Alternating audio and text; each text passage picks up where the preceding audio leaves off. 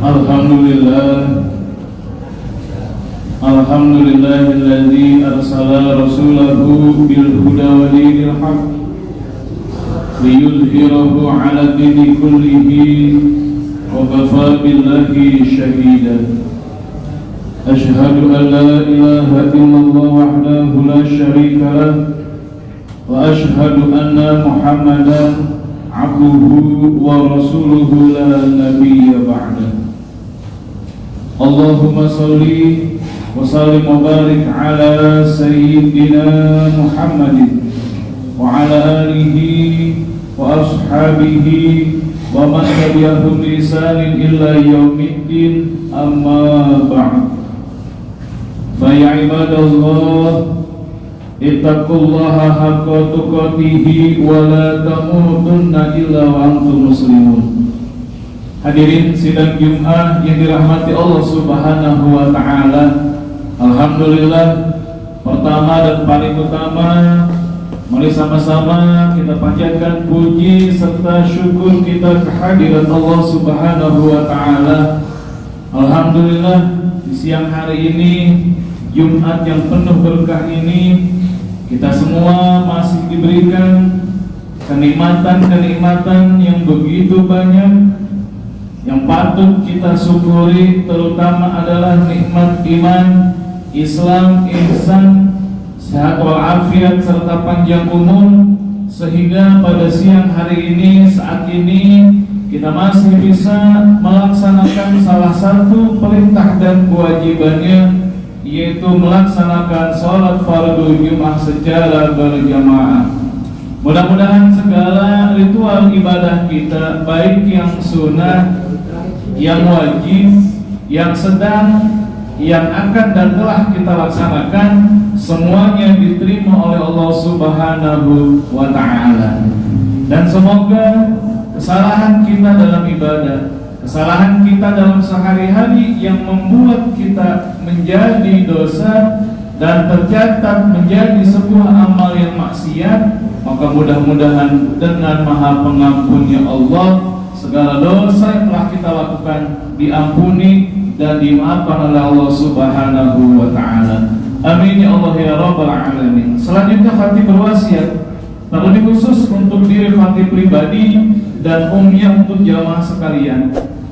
Mari sama-sama terus kita tingkatkan keimanan dan ketakwaan kita kepada Allah Subhanahu wa ta'ala dengan terus melaksanakan segala apa yang diperintahkannya dan terus berusaha pula meninggalkan segala apa yang telah dilarang olehnya.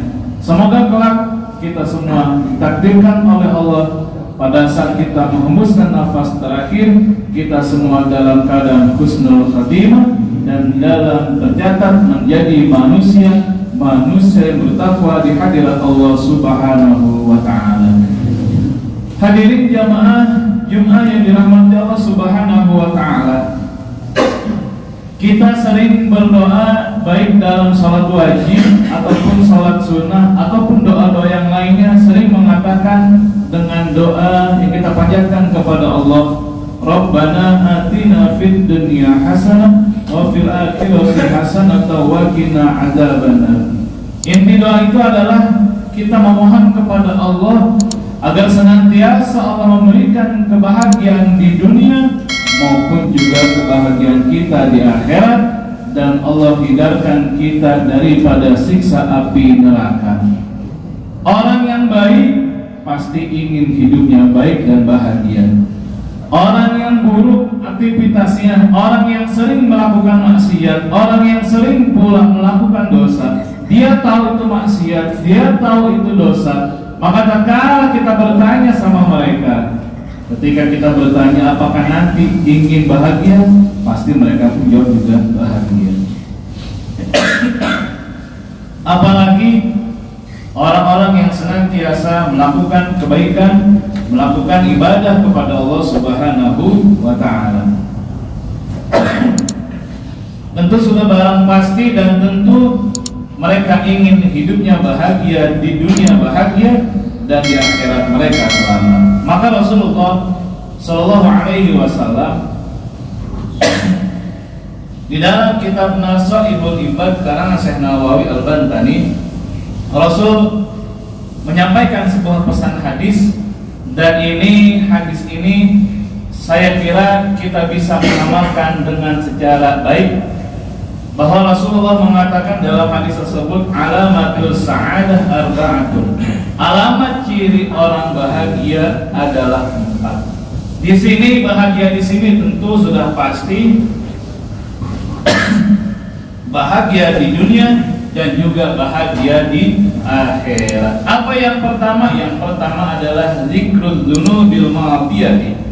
Yang pertama adalah ketika orang ingin hidupnya bahagia, baik di dunia ataupun juga di akhirat, adalah sering mengingat-ingat dosa-dosa yang telah dia lakukan dalam hidupnya, mulai dari akhir balik sehingga sampai saat usia sekarang. Orang yang sering bermuhasabah tentang dosa, orang yang sering mengingat dirinya tentang maksiat yang dulu pernah dia lakukan, yang dulu pernah dia berbuat kepada Allah. Dia tahu itu dosa, tapi ternyata dia tidak bisa menghindarkan dosa tersebut.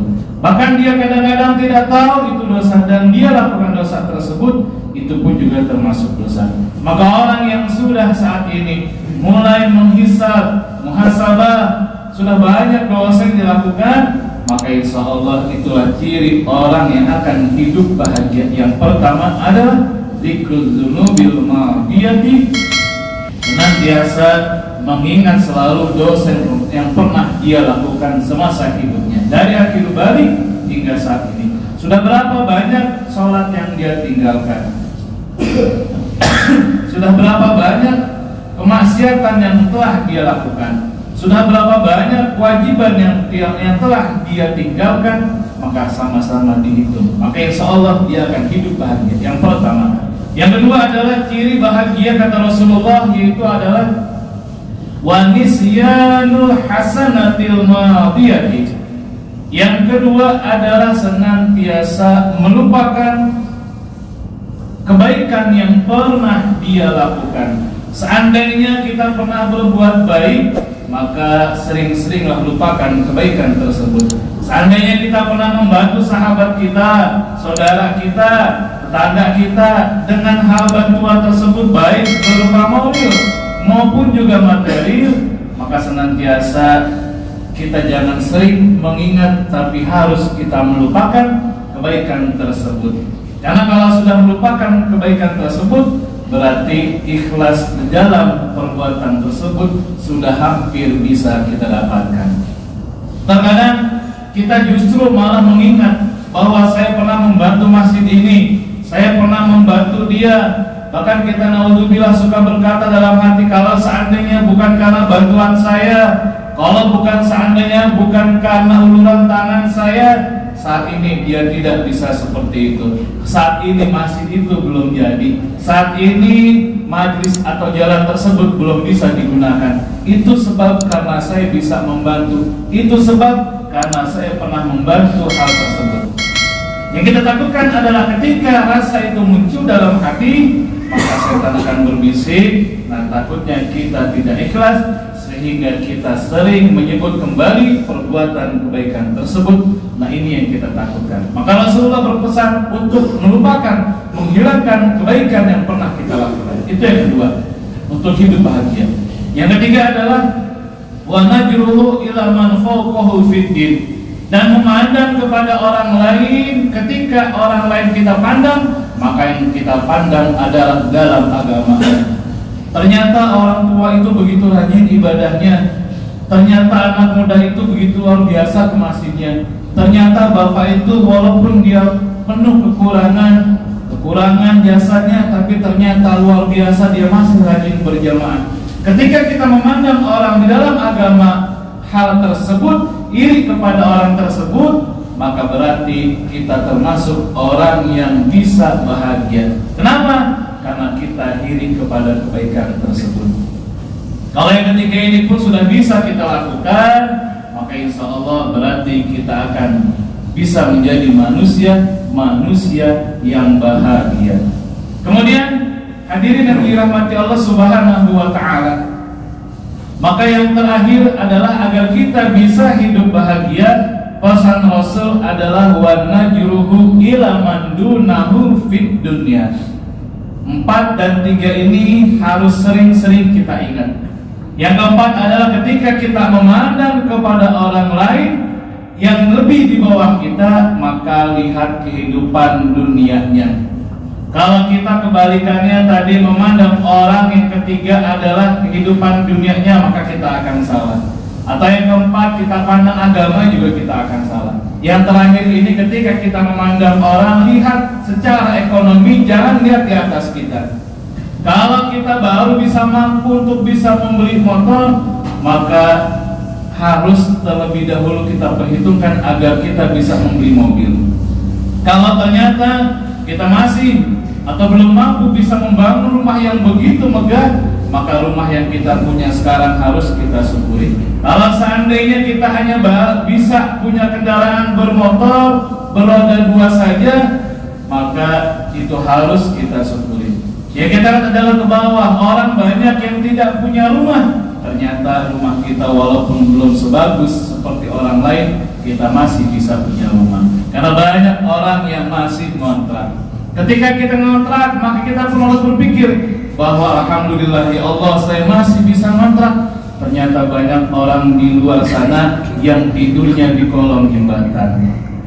Ya Allah, saya bersyukur masih bisa punya sepeda motor. Banyak orang naik sepeda. Yang sepeda pun berpikir, ya Allah, alhamdulillah saya masih bisa naik sepeda. Masih banyak orang yang jalan kaki. Yang jalan kaki pun berpikir, bermuhasabah, ya Allah, alhamdulillah aku masih bisa jalan. Tapi di luar sana banyak yang orang ternyata sudah tidak bisa jalan. Maka kalau ini terus kita muhasabah, kalau ini terus kita terapkan dalam kehidupan kita sehari-hari, dari pesan yang pertama, kedua, ketiga, dan keempat, maka insya Allah hidup kita akan bahagia.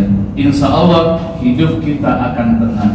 Yang paling terpenting adalah teruslah bersyukur kepada Allah Subhanahu wa Ta'ala. Jangan pernah berpikir seperti orang lain, karena orang lain pun juga berpikir ingin seperti kita. Aktivitas yang kita laksanakan sekarang terus kita syukuri kepada Allah, karena banyak di antara mereka yang ingin seperti kita tapi mereka tidak mampu. Banyak di luar sana yang ingin seperti kita tapi ternyata kesempatan itu tidak diberikan oleh Allah Subhanahu wa Ta'ala. Maka mudah-mudahan doa yang kita panjatkan, Rabbana atina fid dunya hasanah wa fil akhirati hasanah wa qina adzabannar. Kemudian pesan Rasul ini kita terapkan dalam kehidupan sehari-hari, insyaallah kita akan hidup bahagia. Amin ya Allah ya rabbal alamin. Mudah-mudahan persiapan ini bermanfaat buat kita semuanya. A'udzubillahi minasyaitonir rajim. Bismillahirrahmanirrahim. Wal 'asri innal insana lafi khusrin illa alladziina aamanu wa 'amilus shaalihati wa tawassaw bil haqqi wa tawassaw bis sabr. Barakallahu li wa lakum wa liwalidayya wa liwalidikum wa lisairil muslimin wal muslimat wal mu'minin wal mu'minat fastaghfiru innahu huwal ghafurur rahim.